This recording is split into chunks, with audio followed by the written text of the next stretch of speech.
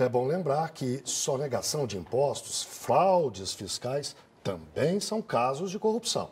E nesta semana o Repórter Brasil faz uma série de entrevistas especiais sobre esse tema, a corrupção.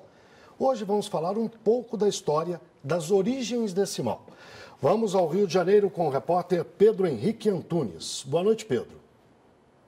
Boa noite, Guilherme. Boa noite a todos. E sobre este tema eu converso agora com o historiador Pedro Henrique Pedreira Campos, que acaba de lançar o livro Estranhas Catedrais, um mapeamento aí entre as relações de empresas brasileiras com políticos durante a ditadura militar. Boa noite, Pedro. Boa noite.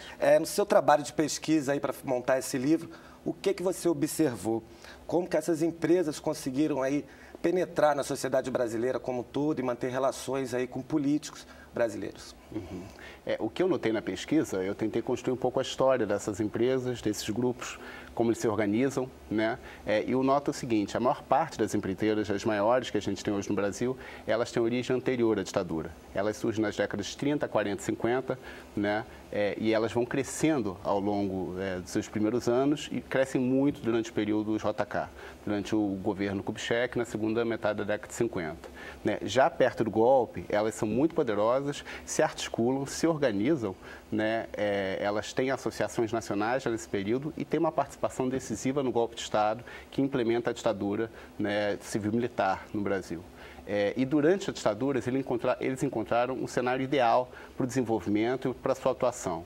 Né? Um cenário em que a gente tem os mecanismos de fiscalização que hoje atormentam, né, esses empresários, cerceados, amordaçados. Né? A gente não tinha Ministério Público, Polícia Federal atrás deles naquela época. A gente tem também uma situação em que toda a segurança do trabalho para os trabalhadores não estava com a fiscalização muito atuante.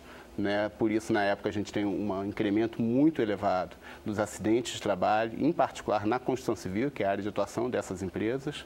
Né? E, além disso, todos os mecanismos de fiscalização sobre corrupção e outras atividades ilícitas também estavam, naquele momento, pouco atuantes, né?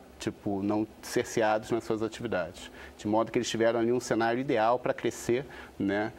Com um orçamento direcionado para suas atividades, muitos recursos públicos para obras públicas, né? E eles vão ter um desenvolvimento inédito no período da ditadura. E fazem uma boa transição política, né? Eles se mantêm no poder, mesmo saindo, né, o regime político no Brasil de uma ditadura para uma democracia. E mantém o poder econômico, político, que a gente verifica aí nos dias atuais. E a prática de corrupção foi fundamental para a consolidação dessas empresas no país? Olha, o uso de atividades ilícitas, o uso de atividades ilegais é uma prática muitas vezes corrente, né, por parte dessas empresas. Existem várias denúncias. Né? O que a gente tem no período da ditadura é que os mecanismos de fiscalização, os mecanismos de controle, eles eram pouco atuantes, eles já estavam em boa medida amordaçados. Né? O que não quer dizer que naquela época houvesse menos corrupção, houvesse menos ilegalidade, irregularidades. O que a gente tem menos denúncias públicas e a gente tem casos de corrupção que vêm menos à tona. Né? O que a gente tem hoje são mecanismos mais consolidados, né, desde a Constituição de 88, que podem fiscalizar e podem verificar casos de corrupção e de atuação em ilícitos por parte dessas empresas, de empresários desse setor. E que empresas são essas? São atuantes ainda no mercado? Sim, as empresas que crescem ao longo da ditadura, que cresceram naquele momento, elas são as empresas que hoje são as mais poderosas do Brasil nesse setor. Né? Então, Odebrecht, Andrade Gutierrez, Camargo Correia, OAS, todas elas cresceram muito durante a ditadura. Né? Todas elas, com exceção da OAS, são anteriores à ditadura, porém tiveram um crescimento inédito naquele regime, com uma participação direta na ditadura. Né? Tiveram atuantes em agências do aparelho de Estado, estavam organizadas ali para atuar junto a certos setores do aparelho de Estado. Né? E elas mantêm seu poder político, né, no período pós-ditadura. E a gente fazendo paralelo aí com o escândalo da Petrobras, por exemplo, Operação Lava Jato, diretores presos, partidos políticos envolvidos. A gente pode dizer que essa história ainda se perpetua ainda, né, na sociedade brasileira, essas empresas, algumas delas até envolvidas aí também. Essas empresas que estão envolvidas são empresas, em boa medida, que cresceram ao longo da ditadura, né? E o fato é que a gente tem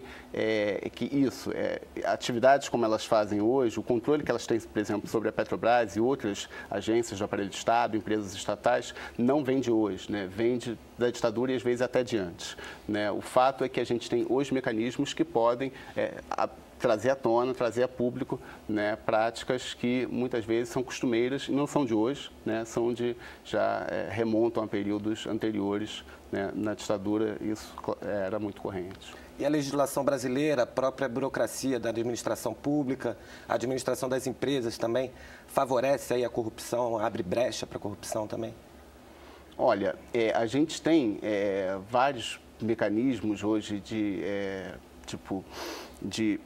cerceamento dessas atividades, mas muitas vezes não funcionam. Existem estruturas, né, da dinâmica política brasileira que propiciam isso. Por exemplo, o financiamento privado de campanhas, né? A gente tem um financiamento empresarial aberto de campanhas e muitas vezes um movimento, né, digamos assim, uma estrutura que leva essas atividades ilícitas é esse financiamento, né? A gente também tem toda a atuação das empresas junto aos parlamentares e os partidos políticos para obter, né, digamos assim, emendas parlamentares junto ao orçamento e atividades como essa, né? Então, esses empresários são muito atuantes politicamente, já que eles são contratados justamente pelas agências do Estado, né? Já que eles tocam obras públicas, né? De modo que eles têm uma atuação junto ao Estado muito importante, muito poderosa.